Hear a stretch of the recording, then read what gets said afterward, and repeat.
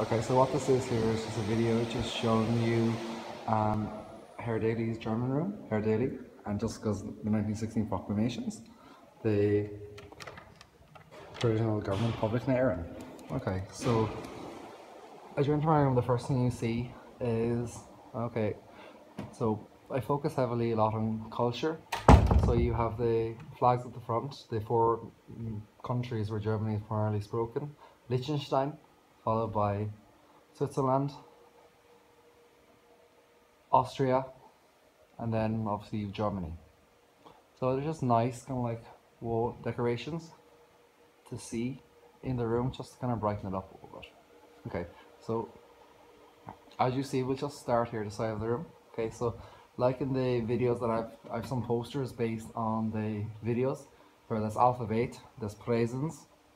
Okay, so I'll get to the traffic light system in a moment here again. So again, just for football, again, you have the Bayern Munich team here. Again, just to capture kind of people's interests, because kids have so many interests you can't keep up with them whatsoever. Okay, so then here, I'll just go up close here, are some student pictures that students drew for activities based on certain chapters from the actual Viel Spaß book that we're using. So again, nice and colourful, just to kind of like, just to brighten up the room a little bit. So as we go up here,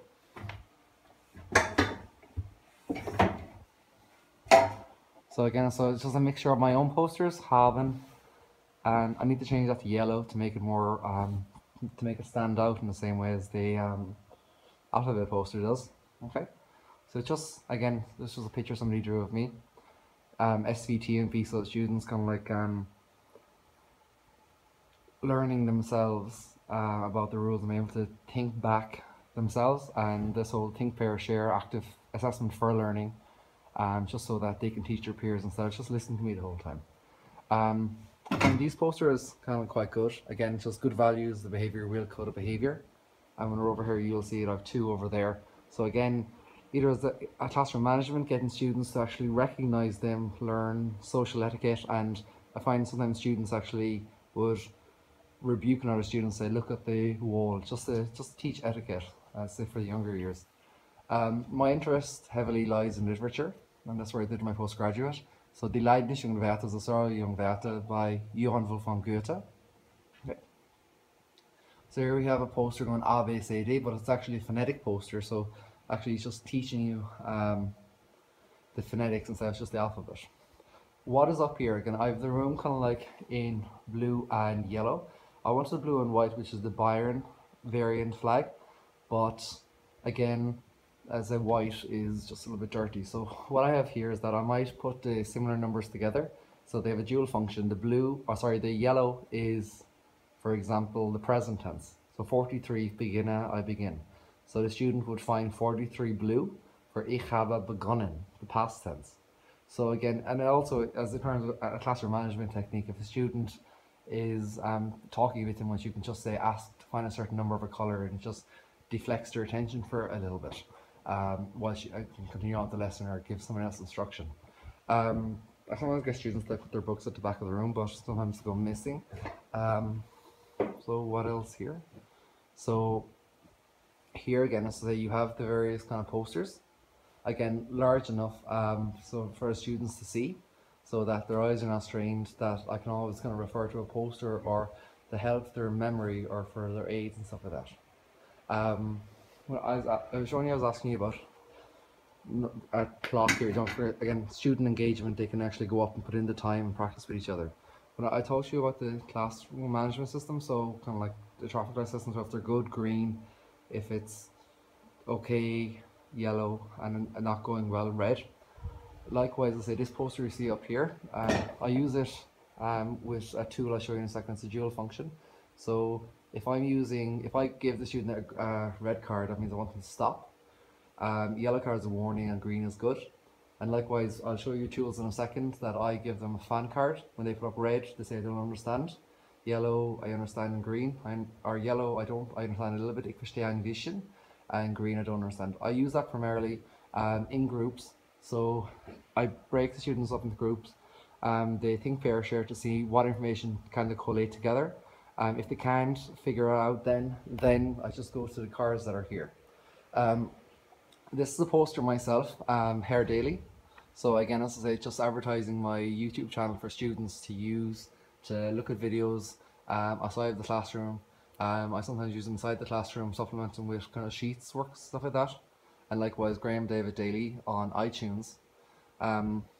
Like the clock here is the calendar students fill in, that's student engagement.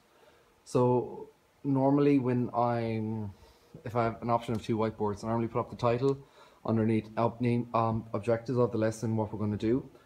Students have a box for House of Gavin homework, so they always know where it is, so there's no excuse for not knowing it, and likewise exams. At the moment I'm doing a survey with students, so again, as I say, so to fill them in. I expect with some of the junior years, they won't take that seriously, but again, you just kind of like, you organize it. So going from back, this is the desk where I have at the moment. Okay, so again, the room is actually quite nice, and there's a lot of space to utilize functionally. So we use a projector, which is quite good. And I have the German flags up there. And again, the SVTMP, brightly colored. I know it's a bit dark, you can't see it, but might go over with a black marker so students can see the rules there. So the things that I use in the classroom are obviously just the clocks, I change them the whole time for students to kind of guess what time it is, stuff like that. I have these kind of colour cards for junior cert, general questions, role plays, picture stories, and for junior cert as well. So if there's any kind of issues, or if I'm lacking any time, I can kind of give them those as my own resources over that. Likewise with third year, it's just simple flashcards, practicing vocabulary. I took a core vocabulary in Viel Spaß 1 und 2, and primarily the papers, because that's what they're kind of aiming for. If you've looked at any of my other videos, I have one video explaining how to use these blocks, SVTMP, or V2 for the verb to. So, for example, ich fahre am Samstag mit dem Bus nach Dublin. And then, for example, the V2 is if you want to use the modal auxiliary and the past participle to form the das perfect. And the very same way, I've got corresponding color-coded cards, just for kind of like, just more so with fifth years, just to introduce the concept and the importance of the word order or the maths of the language to students. These are the cards that I showed you.